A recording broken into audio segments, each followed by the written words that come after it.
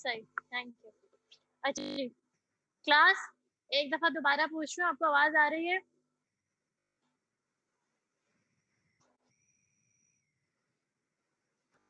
Okay. अच्छा जी, एक काम तो आपने ये करना है कि जो आपका सीआर है, वो सेकंड ईयर का ग्रुप बनाए प्रोस्तो के नाम से और सारे उसमें जितने भी आप लोग हैं, उन सबको ऐड करके मुझे भी ऐड करें, ताकि अगर कोई क्यूरी या कोई भी प्रॉब्लम हो, तो वहाँ भी हम डायरेक्ट डिस्कस कर सकें और असाइनमेंट या जो भी चीज़ हो, आपको वहाँ दिए जा सके। क्योंकि आपको पहले ही पता है कि काफ़ी ज़्यादा सिलेबस रह चुका है आपका और ये अभी तक का आपका लॉकडाउन के बाद का दूसरा लेक्चर है आपका। ठीक है। आज का जो टॉपिक है वो हमारा हिस्ट्री एग्जामिनेशन है। कहीं भी आपको लगे नहीं समझ आ रहा वहीं टोक दीजिएगा प्लीज़। ये सारे कंटेंट हैं जिस पर हम डिस्कस करेंगे आपसे। अच्छा जी। क्योंकि कंप्लीट एंड चेक का है आपका सारा सेकंड ईयर में, तो फिर हम हिस्ट्री एग्जामिनेशन का जो भी है वो इस वक़्त जो है मैं आपको कंप्लीट एंड के रिगार्डिंग बताऊँगी। कंप्लीट एंड बनाते हुए और उसका सक्सेसफुल होने के लिए किस चीज़ की रिक्वायरमेंट होती है? सबसे पहले तो आपके पेशेंट की जो असेसमेंट है वो बहुत ज़रूरी है। उसकी फिजिकल असेसमेंट और साइकोलॉजिकल असेसमेंट, ताकि आपका जो कंप्लीट डेंचर है वो अच्छे से फंक्शनली काम कर सके। एक सक्सेसफुल कंप्लीट डेंचर बनाने के लिए ये 4 चीज़ों की रिक्वायरमेंट होती है मेनली, जो आपकी बुक में लिखी हुई है कि आपके पेशेंट का एटीट्यूड टू डेंचर, उसकी oral hygiene, condition of the mouth, आपका जो टेक्नीशियन है वो किस तरीके का है, उसकी क्या क्वालिफिकेशन है, उसकी क्या स्किल वर्क है, वो इम्पोर्टेंट रखता है। और लास्ट में skill of the clinician, clinician में डेंटिस्ट आ जाता है। तो इन सब 4 लोगों की, इन 4 ये जो है पॉइंट्स, इसके बेसिस पे आपका जो है एक कंप्लीट सक्सेसफुल हो सकता है। अच्छा जी, सबसे पहले आपके पास जब पेशेंट आता है, आपने उससे किस तरीके से जो आप हिस्ट्री लेंगे, उसमें क्या-क्या कंपोनेंट होने चाहिए, किस तरीके से आपने स्टार्ट करें, आज सारा उसके बारे में डिस्कस करेंगे डिटेल में। जब पेशेंट पास आके बैठा है, आपने उसको अच्छे से एग्जामिन करना है। सबसे पहले आप उससे उसका पर्सनल डिटेल पूछेंगे, फिर उसकी चीफ कंप्लेंट पूछेंगे, medical history, dental history. Personal details में आप उससे पूछेंगे उसकी नेम, उसका एज, सेक्स, ऑक्यूपेशन के वो कहाँ काम करता है, क्या करता है।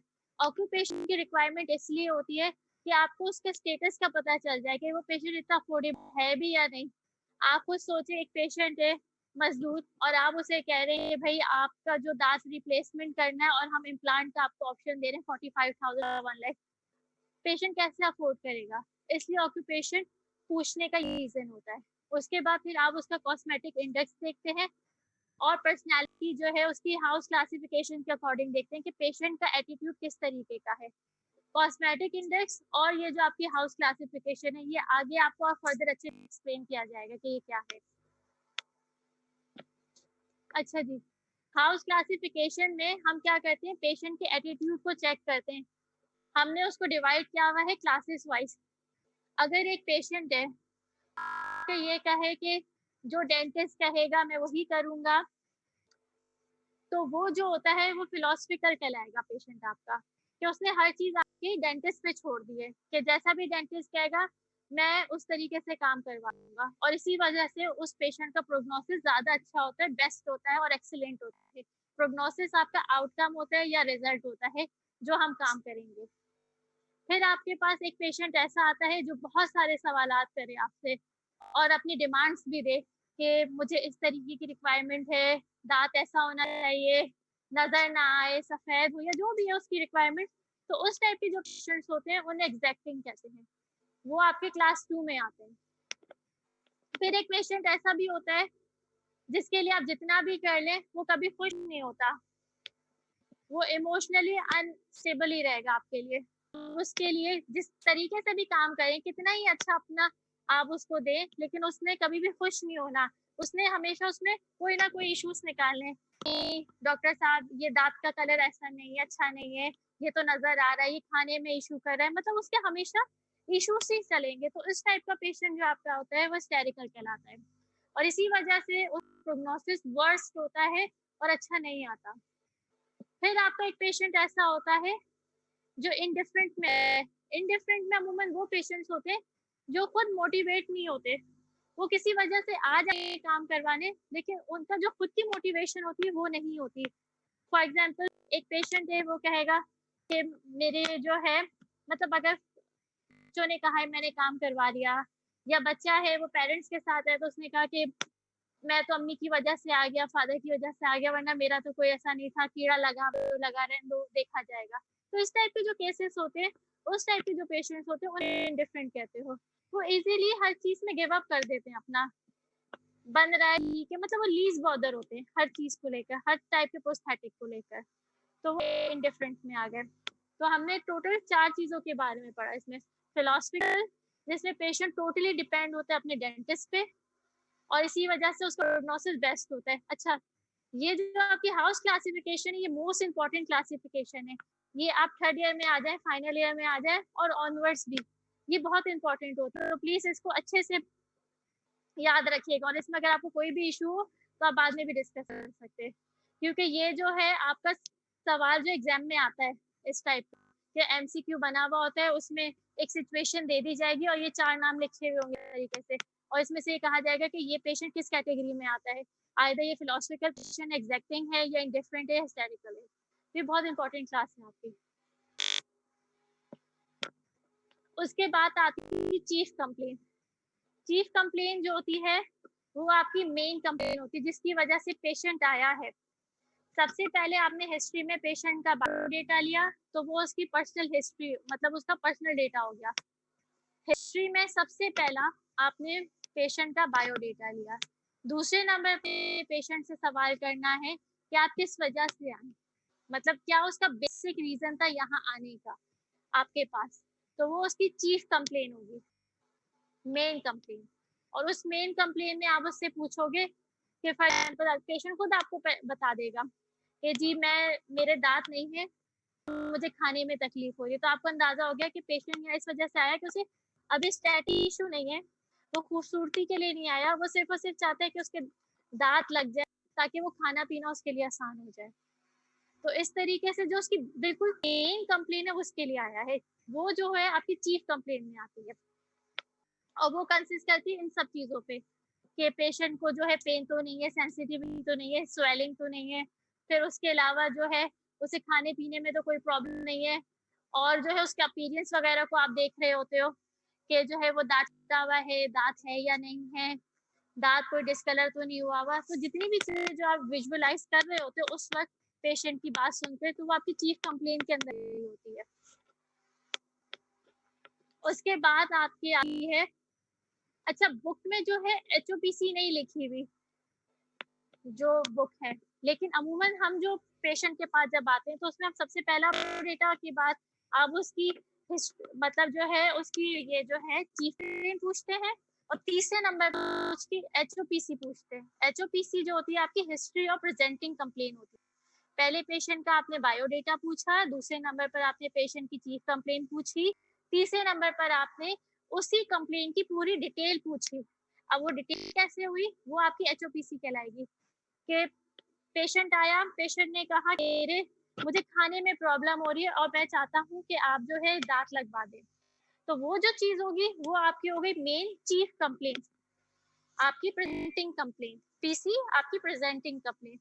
अब उसके बारे में जो पूरी हिस्ट्री सुनाएगा वो आपकी एचओपीसी होगी, जो तीसरे नंबर पर आएगी। एचओपीसी में कि आप उससे पूछोगे अच्छा भैया आपके दांत कितने वक्तों से नहीं है, आपने इससे पहले कभी कोई दांत लगवाया था या नहीं लगवाया था, या ये जो है आपने दांत जो है इसमें जो भी आपकी प्रॉब्लम्स आएंगी वो आपकी एचओपीसी में आएगी कि वो पेन की वजह से आया है तो कितने दिनों से पेन था उसमें, उसने कोई दवाई खाई या नहीं खाई, स्वेलिंग थी या नहीं थी, स्वेलिंग तो कहाँ थी, पहली दफा हुई है या बार बार होती रही है, उसने उसके लिए कुछ किया या नहीं किया। तो जितनी भी उसकी जितनी भी हिस्ट्री आएगी वो आपकी आ जाएगी एचओपीसी में। तो अभी तक हमने हिस्ट्री में सबसे पहले बायोडेटा पढ़ा, दूसरे नंबर पर हमने उसकी presenting complaint that is the chief complaint पढ़ी, तीसरे नंबर पर हमने उसकी एचओपीसी पढ़ी। एचओपीसी में हिस्ट्री और प्रेजेंटिंग कंप्लेंट आ गई। उसके बाद फिर आपकी आती है मेडिकल हिस्ट्री। मेडिकल हिस्ट्री में आप पेशेंट से उसकी पूरी कंडीशंस पूछते हैं ताकि आपको ये पता चल जाए कि आपको उस पेशेंट पे काम कैसे करना है। फॉर एग्जाम्पल आप पेशेंट आके बैठा है, आपने सारी तीनों चीजें पूछ ली, उसकी प्रेजेंटिंग, एचओपीसी वगैरह। अब पेशेंट से आप उससे सवाल ये पूछते हो कि आपको मतलब वन बाय वन जो है जितने भी आपके ऑर्गन्स होते हैं उसके पॉइंट ऑफ व्यू से आप सवाल पूछते हो। फॉर एग्जाम्पल हार्ट के बारे में पूछते हो कि भाई आपको कोई आपका बाईपास वगैरह तो नहीं हुआ हुआ, आपका ब्लड प्रेशर का इशू तो नहीं है, मतलब ये सीवीएस में आता है आपका कार्डियोवास्कुलर डिजीज वगैरह में, उसके रिगार्डिंग आपने हार्ट के रिगार्डिंग सारी चीजें पूछ ली उससे कि क्या क्या आपको प्रॉब्लम्स है। फिर आपने उससे डायबिटीज पूछ लिया कि आपको डायबिटीज तो नहीं है, शुगर का मसला तो नहीं है। फिर आपने उससे पूछ लिया कि सर में दर्द, मतलब जितनी भी चीजें ओवरऑल आपने मेडिकल हिस्ट्री में वो सारी की सारी कवर करनी है कि आपको फिर आगे काम करने में आसानी हो। और फॉर एग्जाम्पल आपने मेडिकल हिस्ट्री उससे पूछी और आपने काम करते हुए उसकी पोजीशन का ख्याल नहीं रखा तो उससे भी उसको प्रॉब्लम हो सके। या आप ऐसे समझ लें कि आपने उससे ये नहीं पूछा कि उसको शुगर है या नहीं, एग्जाम्पल दे रही हूँ मैं आपको। और आपने अमूमन आपने देखा होगा कि जो शुगर के पेशेंट होते हैं उनको हम अर्ली बुलाते हैं, क्योंकि अगर हम उसको बीच में या उन्हें लेट बुलाएं तो उनका शुगर लेवल डाउन हो जाता है। तो इस वजह से जो है मेडिकल हिस्ट्री बहुत इंपॉर्टेंट होती है। या आपने उनसे सही से मेडिकल हिस्ट्री में नहीं पूछा कि उन्हें किसी चीज से एलर्जी है या नहीं है, बाद में आपने कोई ऐसा मटेरियल या कोई ऐसी दवाई उन्हें लिख कर दे दी जिससे उन्हें नुकसान हो गया, तो बेहतर ये मेडिकल हिस्ट्री बहुत इंपॉर्टेंट होती है पूछना।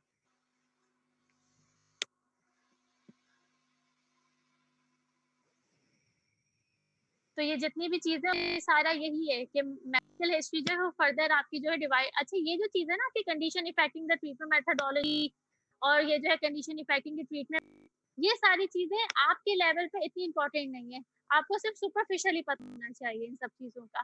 फिर जब आप फर्दर आप फाइनल ईयर में जाएंगे ये वहाँ ये ज्यादा डिटेल में आपके लिए इम्पोर्टेंट है। अभी आपके दिमाग में सिर्फ यही होना चाहिए कि मेडिकल हिस्ट्री के अंदर जितने भी ऑर्गन्स हैं उन सबको कवर करना है और उसमें उनसे यही पूछना है कि दिल की क्या बीमारी थी, पेट में कोई मसला तो नहीं था, सर दर्द का न्यूरोलॉजिकल कोई इशू तो नहीं था, किसी चीज से एलर्जी तो नहीं थी, कभी कोई सर्जरी तो नहीं हुई थी उनकी, किसी जो भी है मतलब इसमें। मेडिकल हिस्ट्री होने के बाद फिर आप उससे डेंटल हिस्ट्री का पूछते हैं। डेंटल हिस्ट्री इसलिए जरूरी है ताकि आपको ये पता चल जाए कि आपने किस तरीके से काम करना है। अब एक पेशेंट है आपका मेडिकली कॉम्प्रोमाइज, उसे शुगर की बीमारी है, उसको बोन लॉस वगैरह हुई है, अब उन केसेस में और ओरल हाइजीन भी अगर अच्छी नहीं है तो उन केसेस में आप उसको उस टाइप का ऑप्शन तो नहीं दोगे कि आप उसको फिक्स की तरफ चले जाओ या इम्प्लांट की तरफ चले जाओ, क्राउन या ब्रिज की तरफ चले जाओ, तो फिर आप उसके लिए सीडी या जो है आरपीडी का ऑप्शन देखोगे अकॉर्डिंग टू के कितने दांत है, क्या कंडीशन है। तो डेंटल हिस्ट्री भी उतनी ही इंपॉर्टेंट है, ऐसा नहीं हो सकता कि सिर्फ आप मेडिकल पूछ लें और डेंटल हिस्ट्री छोड़ दें। डेंटल हिस्ट्री में जितने भी सारे हैं उन सबको आपको कवर करना पड़ता है कि पेरिडोंटोलॉजी में आप ये सब देखते हो कि उनकी गम्स की कंडीशन कैसी है पेशेंट की। अच्छा, अभी तक आप सबको मेरी आवाज आ रही है सही? यहाँ तक कोई भी प्रॉब्लम है?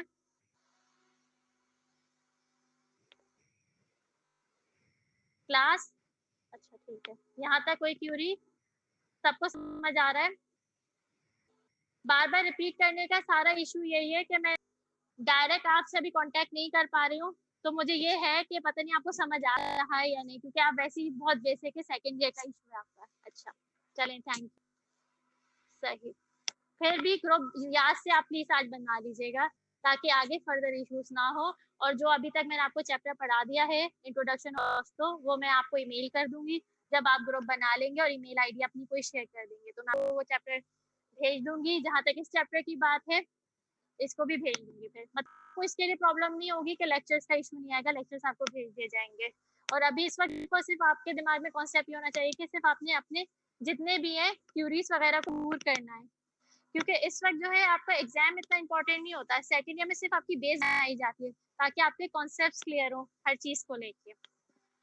अच्छा, आपने बायोडेटा आ गया, प्रेजेंटिंग कंप्लेन आ गई दूसरे नंबर पे, तीसरे नंबर पे आपकी एचओपीसी आ गई, चौथे नंबर पे आपकी सारी मेडिकल हिस्ट्री आ गई। अब आपकी आ गई है डेंटल हिस्ट्री। मेडिकल हिस्ट्री के बाद डेंटल हिस्ट्री में हमने ये बात की थी कि आप उसकी सारी चीजों पर जो ओरल हाइजीन के जितने भी होते हैं मुंह के अंदर मसाले उन सब के में आप डिटेल हिस्ट्री लेते हो कि आप उसमें ये देख लो तो उसकी गम्स की क्या कंडीशन है, रिस्टोरेटिव में उसने या एंडो में उसने कोई काम तो नहीं कराया हुआ पेशेंट ने, कोई फीलिंग, या फिर अगर कराई भी है तो उसकी सही चल रही है या उसका क्या व्यू है उसके बारे में, ब्रेसेस लगा ऑर्थो में ब्रेसेस हैं या नहीं है, या उसके मुंह का स्ट्रक्चर कैसा है, रिमूवेबल प्रोस्टोडोंटिक में आप उसमें देख रहे होते हैं कि उसने कोई इससे पहले कोई निकालने बिठाने वाला कोई टीचर तो नहीं लिया हुआ। ओरल सर्जरी में आप सारा ये देख रहे होते हो कि उसका कोई सर्जिकल एक्सट्रैक्शन वगैरह या कोई भी उसका कोई ट्रॉमा वगैरह या कोई पैथोलॉजी का कोई कंडीशन तो नहीं है पेशेंट की। रेडियोग्राफी के थ्रू फिर आप और अच्छे से हिस्ट्री लेते हैं, क्योंकि जब पेशेंट आता है वो कहता है मुझे यहाँ काम करवाना है, तो अमूमन फिर हम एक्सरे वगैरह भी करवा लेते हैं देखने के लिए कि उसकी जो चीज़ हम अपनी आंखों से नेकेड आई से नहीं देख सकते, फिर वो हम रेडियोग्राफी या आगे जो भी आपको एग्जामिनेशन में बताया जाएगा कि डिजिटल वगैरह के उससे किस तरीके से आप एग्जामिनेशन वगैरह सब करेंगे। टीएमजे में हम डिस्फंक्शंस में देख रहे होते हैं कि टेम्पोरोमैंडिबुलर जो जॉइंट है पेशेंट का वो ठीक है या नहीं, कितनी फोर्स लगानी है या उस पर जो भी हमें काम करना है। फिर डेंटल हिस्ट्री में क्योंकि हमारी बात डेंचर की चल रही है तो हम अपने बेसिक सवाल फिर इस पर आ जाते हैं डायरेक्ट। हम पेशेंट से ये पूछेंगे, फॉर एग्जांपल पेशेंट जो है एक मतलब ये ना सिनेरियो से अलग अलग पेशेंट, ये जितनी भी हिस्ट्री हर जगह कोई नहीं कि आपने एग्जैक्ट यही सारे सवाल पूछते, ये पेशेंट टू पेशेंट वेरी करता है, क्योंकि हर पेशेंट जो कंडीशन है दूसरे पेशेंट से अलग होती है और उसकी जो साइकोलॉजिकल इश्यूज है दूसरे पेशेंट से बिल्कुल मुख्तलिफ होते हैं सबके। अगर एक पेशेंट है, क्योंकि अमूमन आपने देखा होगा जो प्रोस्को में जो आ रहे होते हैं पेशेंट वो ओल्ड होते हैं, यंग पेशेंट्स नहीं होते, तो फिर हमें उन्हीं की तरीके से काम करना पड़ता है कि उसका उनका क्या पर्सपेक्टिव है, वो क्या चाह रहे हैं, वो इतने अफोर्डेबल है या नहीं है, या उनके पास इतना टाइम है या नहीं, उन सब चीज को फैक्टर्स को देखते हुए फिर हम अपना काम शुरू करते हैं। हम कभी भी एक आइडियल सिचुएशन पर नहीं जाते, पेशेंट के अकॉर्डिंग देख रहे होते हैं कि उसके लिए इस वक्त के लिए क्या बेस्ट है। अब अगर एक पेशेंट है वो आया और वो ये कह रहा है कि भाई मैंने जितने भी डेंचर आज तक बनाए हुए मुझे तो कोई समझ में ही नहीं आया, इसका मतलब है कि वो पेशेंट हिस्टेरिकल है, कि मतलब उसे जितना भी कर लो उसने खुश नहीं होना। फिर ये प्रीवियस हिस्ट्री का फायदा ये होता है, उससे हमें ये अंदाजा हो जाता है कि पेशेंट की प्रीवियस क्या कंप्लेन है और हमें उसे कैसे ओवरकम करना है। अगर पेशेंट कह रहा है कि मेरे इतने डेंचर्स में, एग्जाम्पल दे रही हूँ कि दांत का इशू था, मुझे उसके शेड्स पसंद नहीं है, या पेशेंट कह रहा है कि इस जैसे मैं जब भी खाता तो मुझे चुभता था, तो फिर हम उसके वो जो प्रीवियस डेंचर्स होते हैं उन्हें देखते हैं कि अच्छा इसमें ये एरर था तो हम ये ना करें। तो इसलिए भी ये जो है ना डेंचर की हिस्ट्री जानना बहुत जरूरी है हमारे लिए, कि आपके पहले कितने डेंचर्स आपने बनवाए हैं, आप उनके साथ खुश हैं या नहीं, या उनमें आपको क्या मसले मसाइल हैं। अच्छा, फिर हम उनसे ये पूछते हैं आप कितना पहनते हैं, क्योंकि कितना वक्त पहनने से भी अंदाजा हो जाता है कि पेशेंट अपने डेंचर को या ओरल हाइजीन को किस तरीके से मेंटेन करा है। बहुत से ऐसे पेशेंट्स होते हैं जो 24 आवर मुंह में ही रहने देते हैं, क्योंकि अगर आप देखें डेंचर्स के बारे में ये कहा जाता है कि आप उसे सुबह लगाओ अच्छे से वॉश आउट करके और रात में सोने से पहले उसे पानी में डाल दो, क्योंकि वरना वो सुकड़ ना जाए या जो है गंदगी वगैरह उसकी दूर हो जाए। लेकिन बहुत से पेशेंट क्या करते हैं 24 आवर से लगा के रखते हैं मुंह में, तो उससे ये अंदाजा हो जाता है कि हाँ ये जो पेशेंट है ये ओरल हाइजीन अच्छी मेंटेन नहीं कर सकता, तो फिर उसी के हिसाब से फिर उसको डेंचर दिया जाता है या जो भी उसको काउंसिल किया जाता है कि भाई आप ऐसा ना कीजिएगा इम्प्रूव करने के लिए। फिर हम पेशेंट का ये देख रहे होते हैं कि जब आया है डेंटल हिस्ट्री के उससे,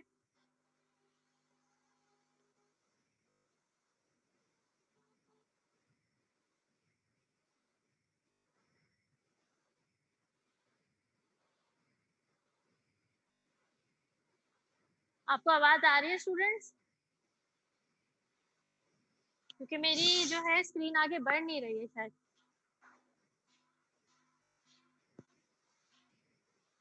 अच्छा ठीक है। अच्छा, डेंटल हिस्ट्री में आपका सारा कवर हो गया। एक मिनट, एक्सक्यूज मी, ये आगे नहीं मूव हो रहा। हाँ बस सही है, थैंक यू।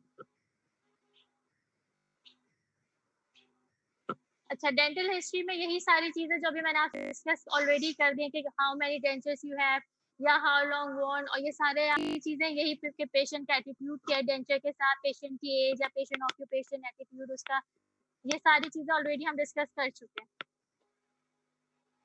उस अब आती है हिस्ट्री के बाद उसकी एग्जामिनेशन। पेशेंट आया, बायोडेटा ले लिया, सबसे पहले उसकी प्रेजेंटिंग कंप्लेंट पीसी पूछ ली। ये बहुत इंपॉर्टेंट है, बार बार दोहराने का मतलब ही यही है, क्योंकि आप कहीं भी चले जाएं सबसे पहले आपकी हिस्ट्री जरूरी होती है, और अगर आपको हिस्ट्री सही से लेनी नहीं आई है तो आप डायग्नोसिस या ट्रीटमेंट प्लान कभी अच्छा बना ही नहीं सकते। पेशेंट का बायोडेटा बहुत जरूरी है, उसके बाद आपकी पीसी, फिर आपकी आगे एचओपीसी, मेडिकल हिस्ट्री, उसकी डेंटल हिस्ट्री, सारा हो गया, हमें पता चल गया कि पेशेंट का क्या है। अब आप उसको एग्जामिन करने खड़े हुए हो। एग्जामिन में आप 3-4 तरीकों से करते हो, विजुअलाइजेशन के थ्रू, डिजिटल और रेडियोग्राफिक्स। विजुअल एग्जामिनेशन में जो है, जो हम अपनी आंखों से देख सकते हैं, उसमें हम क्या क्या देख रहे होते हैं। सबसे पहले आप ये देख रहे होते हो कि जो है उसके गम्स या मिकोजा वगैरह, उसका क्या कलर है, वो किस तरीके से, आपको पता है ओरल पैथ में आप इंशाल्लाह पढ़ेंगे कि क्या मैलिग्नेंसीज होती हैं, ट्यूमर्स होते हैं, या क्या कंजेनाइटल इश्यूज होते हैं। अगर म्यूकोजा का कलर चेंज होगा तो उससे डिजीज हो सकती है, या जो भी है वो फिर आप फर्दर आगे पढ़ते जाएंगे। तो इसलिए कलर जो है म्यूकोजा का बहुत इंपॉर्टेंट होता है कि कौन सा कलर है, पिंकिश है, रेडिश है, ब्राउन नहीं है, ब्लैक है, या उसकी क्या हिस्ट्री थी जिस वजह से इस तरीके का हो गया, या वो उसकी क्या हैबिट्स रही हैं पेशेंट की, कि वो गुटखा खाता है या पान खा लिया या जो भी सिगरेट वगैरह, जिसकी वजह से म्यूकोजा का कलर ऐसा हो गया।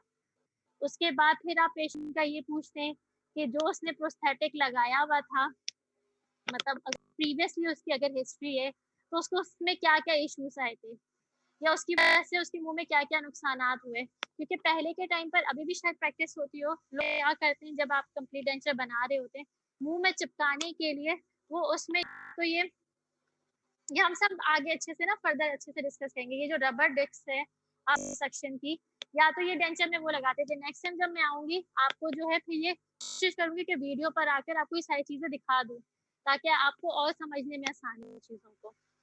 अच्छा, तो जो है कंप्लीट डेंचर को मुंह में चिपकाने के लिए वो रबर सेक्शन डिस्क का इस्तेमाल करते थे, और उसका लॉस ये होता था कि आपको सोचे जब पैलेट में एक ही चिपकी रहेगी और प्रेशर पड़ता रहेगा, आहिस्ता आहिस्ता वो जो जगह है वहाँ हाइपरप्लेजिया हो जाता है, मतलब एक कंडीशन है वो हो जाती है, या कुछ नहीं तो वो जो जगह वहां से हट जाती है, आपका कैंसर, ट्यूमर वगैरह इस टाइप की चीजें बनना शुरू हो जाती है। तो वो सारी चीज फिर हम जो है विजुअलाइजेशन के थ्रू देख रहे होते हैं कि अगर फॉर एग्जांपल एक डेंचर पेशेंट ने प्रीवियस हिस्ट्री में पहना हुआ है, तो उसकी वजह से क्या क्या इश्यूज आए उस पेशेंट को, कि उसकी हाइजीन सही मेंटेन है या नहीं, रबर डिस्क या अगर कुछ और ऐसा कुछ लगा हुआ है उसकी वजह से क्या नुकसान हुए पेशेंट को, कोई ट्रॉमा तो नहीं हो गया पेशेंट के मुंह में, या कोई कंडीशन तो नहीं आ गई है पेशेंट के, ये सारी चीजें देखेंगे। अच्छा, फिर हम उसकी विजुअलाइज करते हैं दांतों का, कि जो पेशेंट के मुंह में जो दांत हैं जिसपे हमें काम करना है, कितने मिसिंग हैं और कितने प्रेजेंट हैं, और कितने प्रेजेंट हैं उनमें से भी कितने हेल्दी हैं, या उन्हें किस तरीके से सेव करना है। क्योंकि हमेशा याद रखिएगा हमारी कंजर्वेटिव अप्रोच होती है हर चीज को लेकर। हमारी कोशिश होती है कि दांत को बचाया जाए, दांत को निकाला ना जाए, क्योंकि आपके अपने नेचुरल टूथ की जगह या टीथ की जगह कभी कोई आर्टिफिशियल सब्स्टिट्यूट कभी भी उस तरीके से फंक्शन नहीं कर सकता जिस तरीके से आपका अपना दांत कर सकता है। तो पहली अप्रोच हमेशा यही होनी चाहिए कि पेशेंट की कंजर्वेटिव अप्रोच हम रखें पेशेंट को लेकर। हम उसका ये ना करें कि आइडियल सिचुएशन की तरफ जाने की कोशिश करें, बल्कि जो पेशेंट की कंडीशन है, ओरल हाइजीन की कंडीशन या मेडिकल कंडीशन, या उसकी जो है कॉस्ट के पॉइंट ऑफ व्यू से, वो 3-4 चीज़ों को देखते हुए उस हिसाब से ट्रीटमेंट प्लान डिसाइड किया जाए मुँह का पेशेंट को लेकर। अच्छा, तो पेशेंट के मुँह के अंदर आपने उसका म्यूकोज़ा वगैरह देखा, उसके अलावा आपने उसके दाँतों की कंडीशन देखी, गम्स का देखा, आपने उसकी सर पे ये देखी कि उसकी जो एल्वुलर बोन है, ये एनाटॉमी जो है ये जो है अभी आपकी हिस्ट्री एग्जामिनेशन के बाद से ये जो आज का टॉपिक खत्म हो जाएगा। नेक्स्ट टाइम जब मैं आऊँगी आपको लेक्चर में सबसे पहले एनाटॉमी पढ़ाऊँगी मैक्सिला की, मैंडिबल की, ताकि आपको उसका अंदाज़ा हो जाए कि कहाँ कौन किस तरीके का स्ट्रक्चर होता है। उसके बाद फिर हम अपने स्टेप्स ऑफ सीडी या फर्दर जो भी है उसको प्रोसीड करेंगे। अच्छा, तो जो है आपने उसमें म्यूकोज़ा देख लिया, आपने दाँत देखे, उसमें दाँतों की कंडीशंस देख ली कि कौन-सा बचाना है या कौन-सा निकालना है, किस तरीके से उस पे काम करना है। उसके अलावा आपने ज़बान देखी पेशेंट की कि उसकी टंग ठीक है या नहीं, बहुत बड़ी तो नहीं है, इंसाइसिव पेप्ला, मतलब जितनी भी एनाटॉमिकल उसके लैंडमार्क्स है, चाहे वो ऊपर मैक्सिला के हों, अपर जॉ के हों या लोअर जॉ के हों, आपके वो सारे आपको एग्ज़ामिन करना होता है थॉरोली, कि कोई पैथोलॉजी की कोई कंडीशन तो नहीं है या कोई भी इश्यूज़ तो नहीं है, ये देखते हैं। उसके अलावा आप उसके लिप्स वगैरह की थिकनेस थिन है या कैसे हैं, वो सारा का सारा आप चेक करते हो, मतलब एक पूरा थॉरोली एग्जामिन करना होता है आपको विजुअलाइजेशन के थ्रू। अच्छा, उसके लिए आप एक और काम ये करते हो, ये जो आप विजुअलाइजेशन करोगे उसके लिए जो हम पूरी एनाटॉमी पहले से पढ़ लेंगे, अब जो नेक्स्ट टाइम आएंगे एनाटॉमी ही पढ़ेंगे ताकि आपको और आसानी हो जाए सब समझने में। अच्छा, यहाँ तक कोई कंफ्यूजन आपकी विजुअलाइजेशन एग्जामिनेशन में?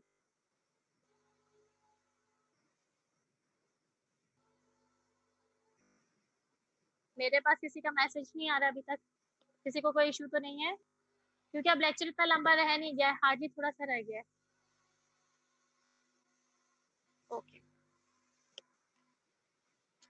विजुअलाइजेशन एग्जामिनेशन में हमने ये पढ़ लिया। उसके बाद फिर आपकी आती है डिजिटल एग्जामिनेशन। डिजिटल एग्जामिनेशन में आप ये सारी चीजें देख रहे होते हैं, वही सारे एनाटॉमिकल लैंडमार्क्स वगैरह हैं आपके पेशेंट के रिगार्डिंग हम देखेंगे। और डिजिटल एग्जामिनेशन को समझने के लिए आपकी एनाटॉमी समझना ज्यादा जरूरी है कि एल्वियोलर रिस्ट कहाँ होती है या लिंग पाउच या जो भी चीजें पहले हम उसे पढ़ेंगे ताकि फिर आपको डिजिटल एग्जामिनेशन और अच्छे से समझ आए। तो इसे अभी मैं डेप्थ में नहीं जाती, बस ये याद रखें कि डिजिटल एग्जामिनेशन में हम सारे जो लैंडमार्क हैं उनको और अच्छे से डिजिटली थ्रू एग्जामिन करते हैं।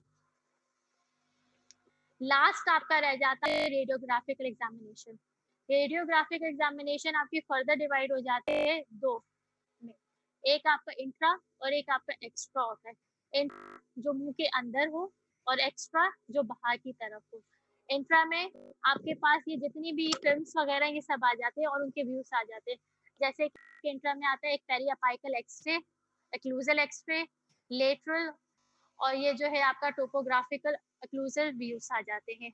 नेक्स्ट टाइम जब आऊंगी तो लैंडमार्क्स में आपके ये जो है रेडियोग्राफिक एग्जामिनेशन में ये सारी जो तस्वीरें आपको बकायदा दिखा दूंगी मैं आपको, और जो है प्रॉप्स वगैरह जो भी हमारे वो भी मैं आपको लाकर उस पर दिखा दूंगी कि पहले अपाइकर एग्जाम में वो जो है ये जो है एक्सरे है ये कैसे नजर आता है या क्लूजल हम किस तरीके से लेते हैं, तो ये सारा मिलेंगे। तो इसलिए आप कंफ्यूज नहीं होइएगा, अभी परेशान नहीं होइएगा कि इतनी सारी क्या टर्मिनोलॉजी है, क्योंकि सारा आहिस्ता आहिस्ता हम सब पढ़ेंगे इसके बारे में, लेकिन अभी इतने डिटेल में नहीं जाएंगे क्योंकि इस वक्त आपके सुपरफिशियल है सब कुछ, सिर्फ आपको कॉन्सेप्ट क्लियर होना चाहिए, इतनी टर्मिनोलॉजीज में आपने नहीं जाना है आपने। फिर आपके पास आता है आपका extra oral films. Extra oral films में आपके ये जो है आपकी ओपीजी वगैरह आ जाता है, लेटरल साइनस वगैरह, और ये जितने भी आपके ऑक्सीपिटल मेंटल वाटर, और इन सबके अलग अलग सिग्निफिकेंस होते हैं। सिग्निफिकेंस यहाँ डिस्कस करने का रीजन नहीं बनता था, इसलिए फिर हमने डिस्कस नहीं किया क्योंकि ये सारी चीजें आपकी फाइनल है। अभी इस वक्त आपसे कोई नहीं पूछेगा आपसे ये सब चीजें।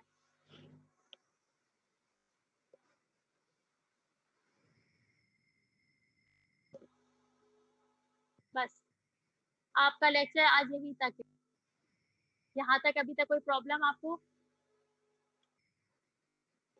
कोई भी सवाल करना है आपने? जी जी, गोविंद पूछे।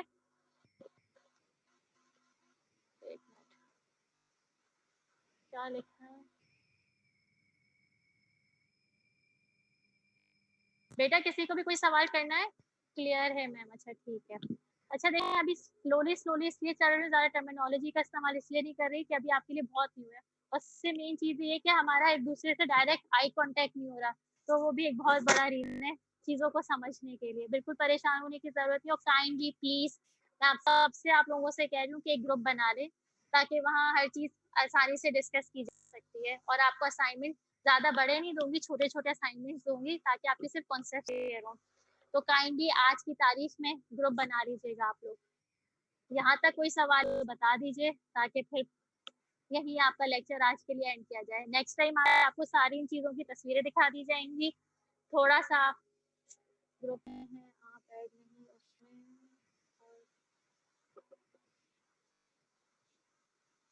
यहाँ मैं अपना नंबर लिख रही हूँ ताकि जो है आप अपने नंबर लिख दीजिएगा।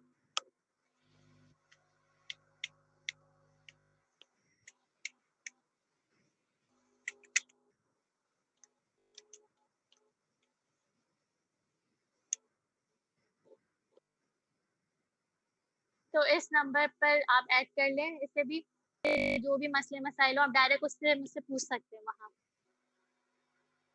आज ही प्लीज इसे बना लीजिएगा यहाँ से, और प्लीज नंबर की एहतियात कीजिएगा। अपना सब अपना ख्याल रखें। कोई सवाल है या इस चैट को क्लोज कर दिया जाए?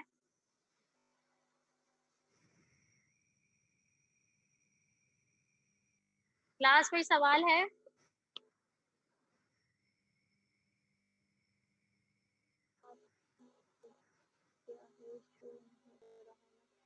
मैंने अपना नंबर जो है अभी ज़ूम के ग्रुप चैट में ही सेंड किया है। तो यहाँ से आप नंबर प्लीज़ ले लीजिए और जो है या जो भी हैं वो प्लीज़ व्हाट्सएप ग्रुप बना लीजिए। ठीक है, फिर अपना ख़्याल रखिएगा। फिर नेक्स्ट लेक्चर में आपसे बात होती है। Okay, you welcome. आहिस्ता-आहिस्ता जो है और अच्छे से इसको मैं इम्प्रूव करने की कोशिश करूँगी लेक्चर्स को, ताकि आपको और अच्छे से नेक्स्ट टाइम से मेरी पूरी कोशिश होगी कि आपसे वीडियो पे बात की जाए, ताकि आपको ज़्यादा अच्छे से समझाया जाए।